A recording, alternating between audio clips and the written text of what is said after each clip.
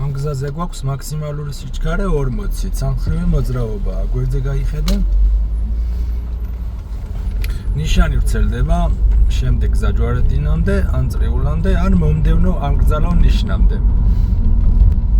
ახლა ჩვენ ვიმყოფებით სკოლასთან. ნახე, მარჯვენა მხარეს არის ამგზავნო ნიშანი 30-იანი. ფრთხილად ბავშვები. ანუ ეს ნიშანი ჩვენი გზა აქვს. ეს ნიშანი ვრცელდება ასევე მომდევნო გზაჯვარედინამდე, ან შემდეგ ამგზავნო ნიშნამდე.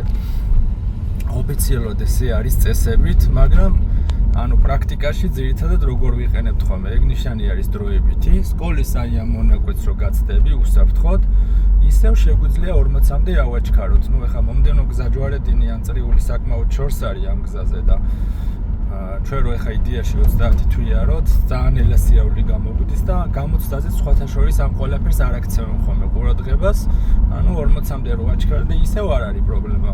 როდესაც გავწდებით სკოლის მონაკვეთს.